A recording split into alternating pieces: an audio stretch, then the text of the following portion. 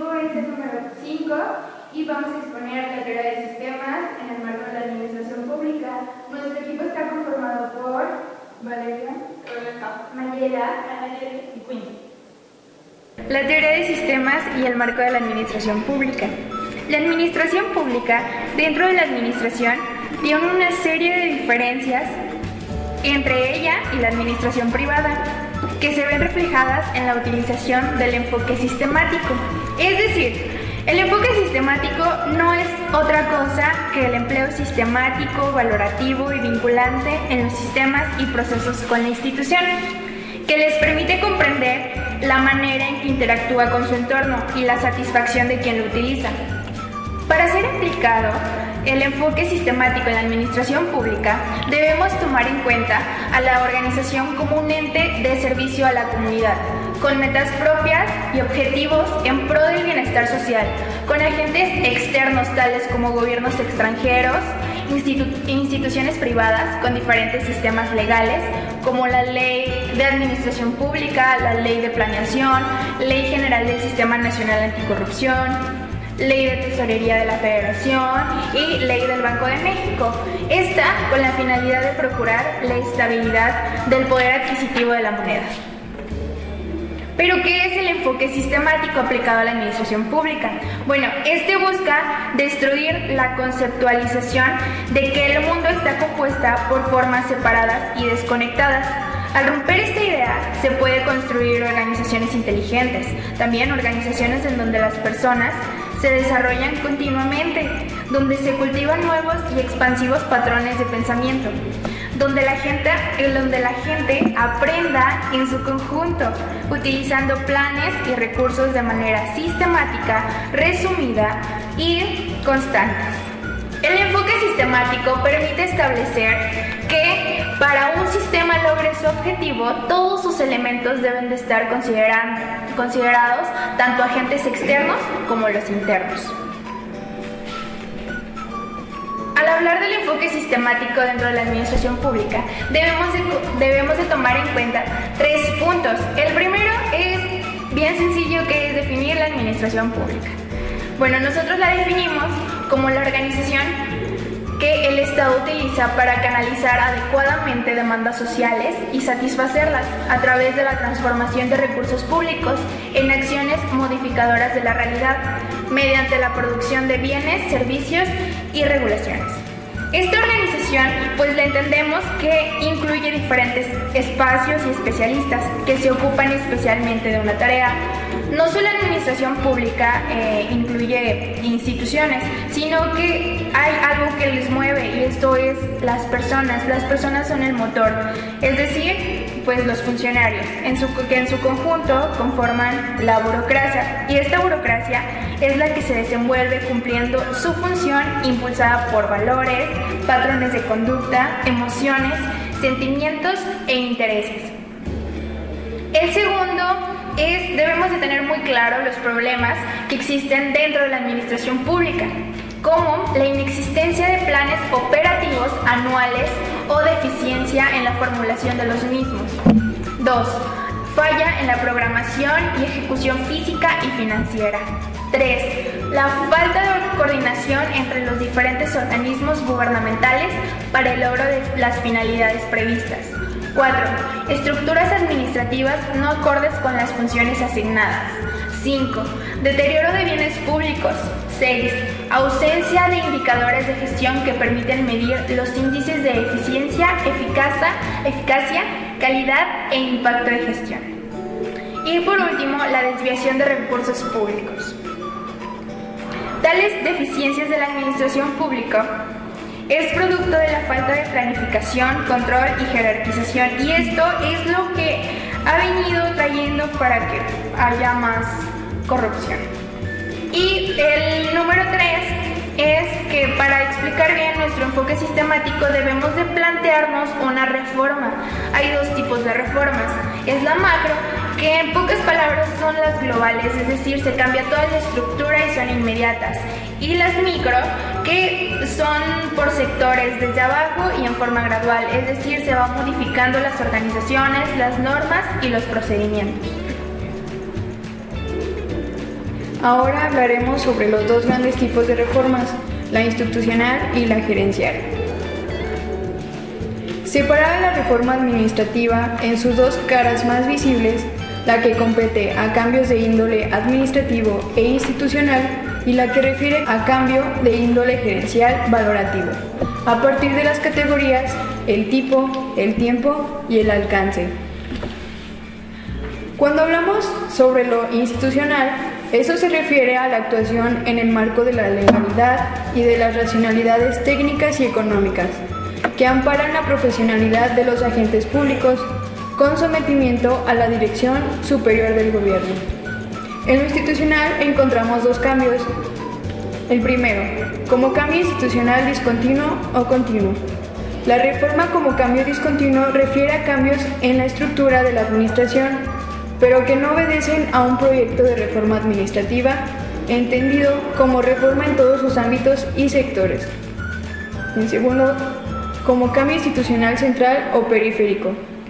Las exigencias para la realización de cambios institucionales son una iniciativa para atacar el sistema en sí y reformarlo en todo o en alguna de sus partes, logrando así variaciones sustanciales o cambios de base que determinan e instruyen según su contenido a los funcionarios y por ende al sector dinámico del mismo.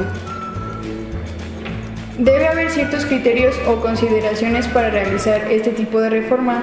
Todo esto depende de qué se quiere reformar o qué perfil de administración queremos administrar. En este encontramos dos reformas, la primera de primera generación y de segunda generación. De primera generación, aquí predominan consideraciones de tipo jurídico y financiero.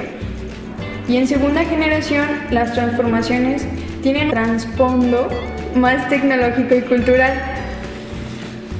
En esta reforma básicamente se encuentran cambios en la estructura de la administración que intentan preservar la estabilidad de esta. Por otro lado, tenemos el carácter gerencial. Aquí entran en consideración cuestiones que repercuten sobre el perfil de la administración en su sentido dinámico y no estático. Tenemos dos caracteres, que son los cambios gerenciales discontinuos o continuos.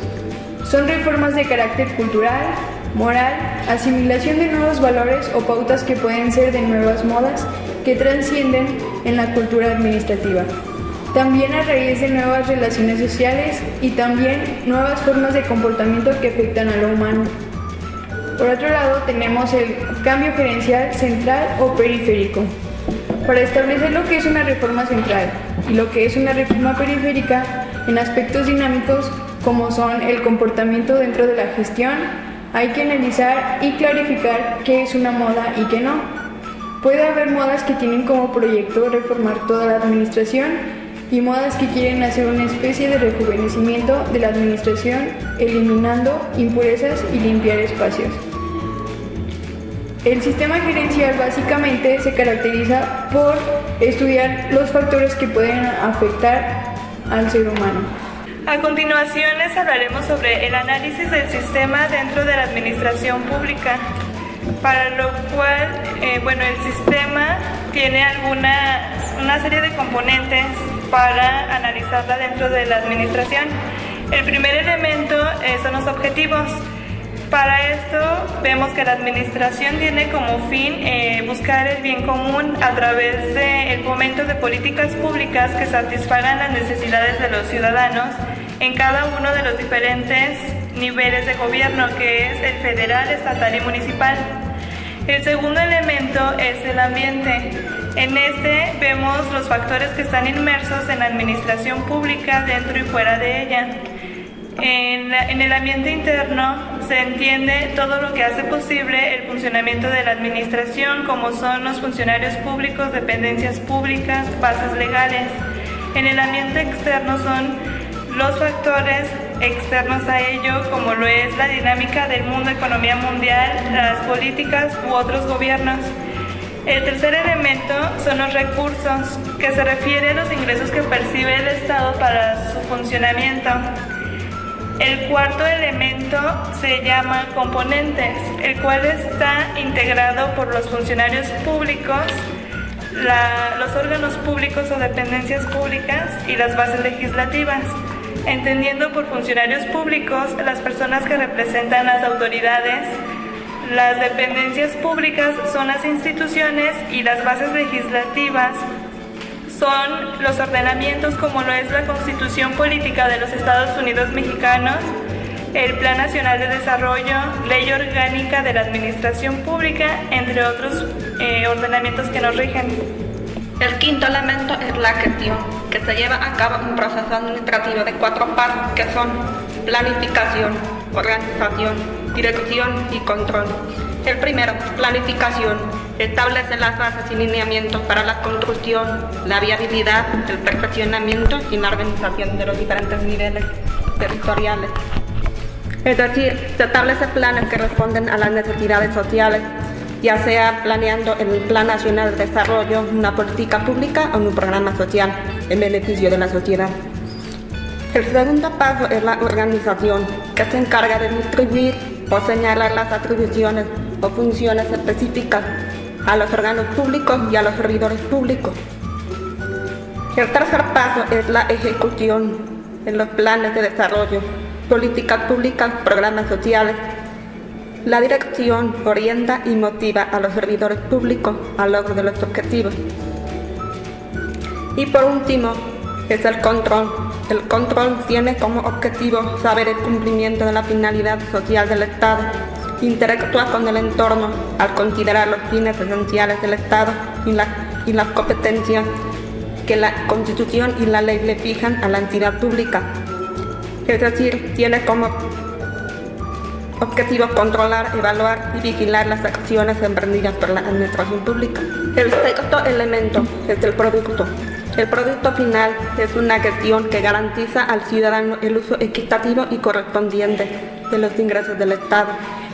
Es decir, como política pública que impulse o desarrolle programas de empleo, la creación de nuevas infraestructuras educativas como las universidades, las escuelas primarias, de salud como los hospitales, los centros de atención y las carreteras, y también como la satisfacción al ciudadano. Y por último, el séptimo componente es la retroalimentación del sistema. Comprende la revisión de cada uno de los componentes que existen y interactúan dentro del sistema, es decir, evalúan y identifican los niveles de indicadores para cada uno de los servidores públicos y cada una de las dependencias públicas que pertenece dentro del sistema. Y pues para eso se lleva a cabo un proceso analítico y técnico entre lo planeado y lo ejecutado que determina el grado de éxito y fracaso, que según los resultados se muestra un esquema para poder entender más cómo funciona el sistema dentro de la administración pública. Como vemos, en la entrada se encuentran los ingresos percibidos por el Estado, que es el motor para que funcione este sistema. Dentro del ambiente interno vemos que se encuentran los funcionarios, las dependencias, las bases legislativas, así como la gestión. Todo esto hace que se lleve a cabo el buen funcionamiento de la administración pública. Y como salida o producto tenemos las políticas públicas, programas sociales y la infraestructura. Pero de igual manera está el séptimo elemento, que es la retroalimentación, la cual supervisa y analiza los elementos que integran al sistema para que se lleve a cabo su buen funcionamiento. Para concluir, hicimos 3 críticas al paradigma, en el que el primero, nosotros tomamos como una debilidad las propuestas pragmáticas porque no dan resultados concretos. Además, hace uso de fórmulas y diagramas abstractos que tienen poca aplicación práctica. Por último, tiene una ausencia de trabajos concretos, además del refinamiento del sistema mismo. Como conclusiones, tenemos que el paradigma es tridimensional porque sus componentes son las instituciones, los sectores y los sistemas. Que las políticas incorrectas le han dado un enfoque centralista, concentrada e incompetente ante la sociedad. que el liberalismo económico ha reducido las facultades de la administración pública, por lo que ésta busca reducir el aparato social y con ello las trabas burocráticas, la ineficiencia y el centralismo. Además, los varios sistemas en la actualidad tienen un carácter centralista. Se busca cambiar hacia una gestión por resultados, con lo que se busca transmitir experiencias de empresas al sector público. Esto es visible, por ejemplo, porque a los directores ahora se les llama gerentes y los usuarios de los servicios públicos son clientes.